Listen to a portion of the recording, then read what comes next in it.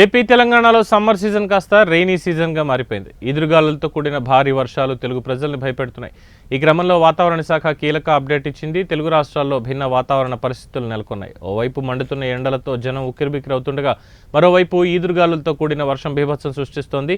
రానున్న 3 రోజులు తెలంగాణలో భిన్న వాతావరణ పరిస్థితులుంటాయని హైదరాబాద్ వాతావరణ కేంద్రం తెలిపింది. తెలంగాణలో గరిష్ట ఉష్ణోగ్రతలు సాధారణం కంటే 4 డిగ్రీలు తక్కువగా ఉండే అవకాశం ఉందని వాతావరణ శాఖ తెలిపింది. దీంతో గురువారం తెలంగాణలోని 14 జిల్లాలకు ఎల్లో అలర్ట్ జారీ చేశారు.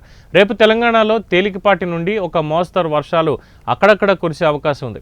ఇక ఆంధ్రప్రదేశ్కి కూడా వర్ష సూచన చేసింది అమరావతి వాతావరణ కేంద్రం.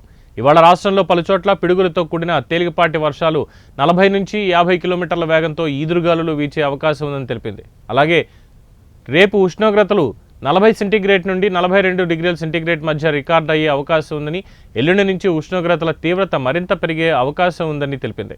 ఇక దక్షిణ తెలంగాణ దాని పరిసర ప్రాంతాల్లో సగటు సముద్ర మట్టానికి 0.9 కిలోమీటర్ల ఎత్తులో ఉపరితల ఆవర్తనం తక్కువగా ఉంది. అయితే ఉత్తర దక్షిణ ద్రోణి దక్షిణ తెలంగాణ నుండి అటు రాయలసీమ తమిళనాడు మీదుగా మన్నార్ గల్ఫ్ వరకు సగటు సముద్ర మట్టానికి 0.9 కిలోమీటర్ల ఎత్తులో కొనసాగుతోంది.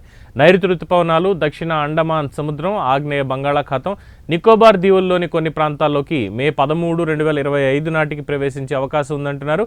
వీటి ఫలితంగా రాష్ట్రంలో వచ్చే 3 రోజుల వరకు వాతావరణ సూచనలు ఇప్పుడు తెలుసుకుందాం. ముందుగా ఉత్తర కోస్తా ఆంధ్రప్రదేశ్, దక్షిణ కోస్తా ఆంధ్రప్రదేశ్, రాయలసీమ, యానాంలో గురువారం, శుక్రవారం మరియు శనివారాల్లో తేలికపాటి నుండి ఒక మోస్తరు వర్షాలు లేదా ఉరుములతో కూడిన జల్లులు కొన్ని చోట్ల కురిసే అవకాశం ఉంది. ఇక ఉరుములతో కూడిన మెరుపులు, బలమైన ఈదురుగాలులు గంటకి 40 నుంచి 50 కిలోమీటర్ల వేగంతో వీచే అవకాశం ఉంది. రానున్న 4 రోజుల్లో కోస్తా ఆంధ్రప్రదేశ్, యానాంలో గరిష్ట ఉష్ణోగ్రతల నమోదులో గణనీయమైన మార్పు లేదు. తర్వాత 3 రోజుల్లో 2 నుంచి 3 డిగ్రీల ఉష్ణోగ్రతలు పెరిగే అవకాశం ఉందంటున్నారు. రానున్న 5 రోజుల్లో అటు రాయలసీమలో గరిష్ట ఉష్ణోగ్రతల నమోదులో గణనీయమైన మార్పు లేదు. తర్వాత మాత్రం స్వల్పంగా పెరిగే అవకాశం ఉందనేది వాతావరణ శాఖ అందిస్తున్న సమాచారం ద్వారా తెలుస్తోంది.